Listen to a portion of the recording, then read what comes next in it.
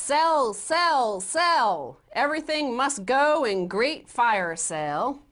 Europe's most indebted countries and Britain have put prized assets up for grabs to bolster their credit worthiness. So what exactly is on offer, Max? Tell us everything. Well, we know in Greece, we've already listed that last episode. Ireland has the national airline, ports, power stations, energy suppliers, transport systems, sporting assets, and even the Irish national stud. Well, thank you very much, but I'm not for sale. Whatever that is. I assume it has something to do with horses. It's all about horse semen. Okay. And then Spain is selling 30% of its state lottery. Now, this is the biggest lottery in the world. It's called El Gordo. It's been around for 151 years. But Spain is not as badly indebted as other European countries, but bond yields have soared. So because of this, they have to sell El Gordo.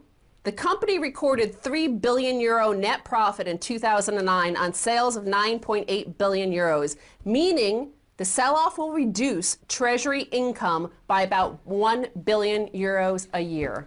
Okay, so Spain is now being attacked by the financial terrorists, the people who sell short bonds to destabilize the country's finances in preparation of extracting wealth. And they use, of course, naked short sales, which are counterfeiting. They sell things that don't exist. It's a counterfeit operation. So here you have the same people. They've been emboldened and empowered because of their successful raid on Ireland, their successful raid on Greece. And they're using more of their power and influence and cash that they got from acts of financial terrorism in those two countries. Now they're going after Spain. And here he made a good point. The Spanish lottery system is generating huge profits. There's no need to sell it.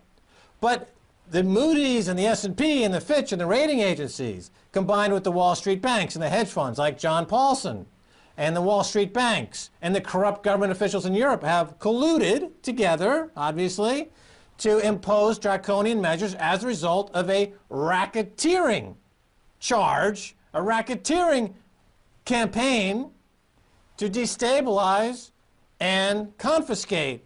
This is, terrorism. But, as I've said to the people all along, the fact that they don't rise up and revolt, the joke's on you. But this is the thing that we're seeing across Europe. People are giving up, these nations are giving up income-producing assets. They're toll booths, right? These are toll booths that give income to the government. First of all, by giving those over, they reduce their revenue, further destabilizing their own economies. But it's neo-feudalism. Some outsider, some lord somewhere else is basically collecting that revenue, and it's going outside of the country. So in the case of Greece, they're going to sell the state lottery for something like 450 million. And it generates, I believe, 900 million in income.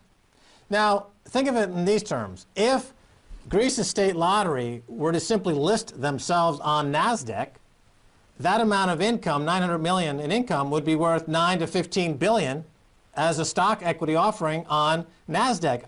Take a company like Groupon, for example. They're losing $450 million a year. They're going to go public on Nasdaq for 20 billion. Exactly. So why doesn't Greece just put up their national lottery on the Nasdaq? Yeah, they're making 900 million.